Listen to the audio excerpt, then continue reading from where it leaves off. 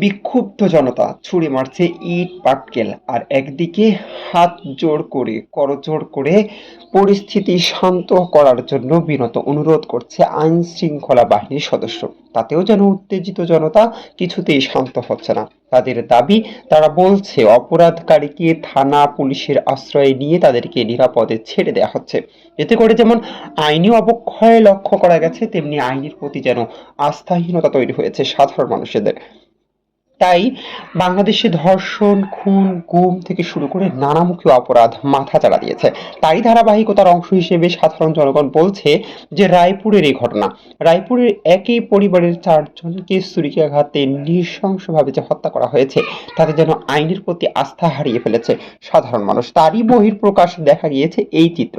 বিক্ষুব্ধ জনতা ইট পাটকেল ছুঁড়ে মেরে অপরাধীকে থানা থেকে বের করে নিয়ে আসার আপ্রাণ চেষ্টা করছে, এবং তাদের প্রতি যে আইনের ব্যবস্থা এবং আইনের শাসনের কথা বলে শান্ত করার চেষ্টা করা হয়েছিল, তাতেও যেন কাজ হয়নি, শান্ত হয়নি বিক্ষুব্ধ জনতা। এক পর্যায়ে অপরাধীকে ধরে অপরাধীকে গণপিটুনি দিয়েও হত্যা করা হয়েছে। এমন নৃশংস ঘটনা যা আইনের দৃষ্টিতে একেবারেই অপরাধ। তবে এসব অপরাধ এবং অপরাধীর সংখ্যা ক্রমশ বাংলাদেশে এখন দৃশ্যমান হচ্ছে।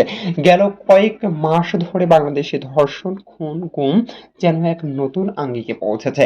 তারই ধারাবাহিকতায় এবার সাধারণ মানুষ যেন আইনের প্রতি তাদের কোনো প্রকার শ্রদ্ধাশীল আচরণ দেখাচ্ছে না।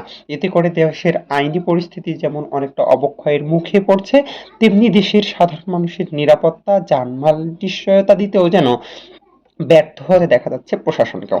তবে প্রশাসনিক আইনি তৎপরতা এবং সাধারণ মানুষের আস্থাশীল আইন প্রয়োগ, এসব কঠোরভাবে নিয়ন্ত্রণ এবং এসবের প্রতি মানুষের আস্থা ফিরিয়ে নিয়ে আসা এখন আইন শৃঙ্খলা বাহিনীর কঠিন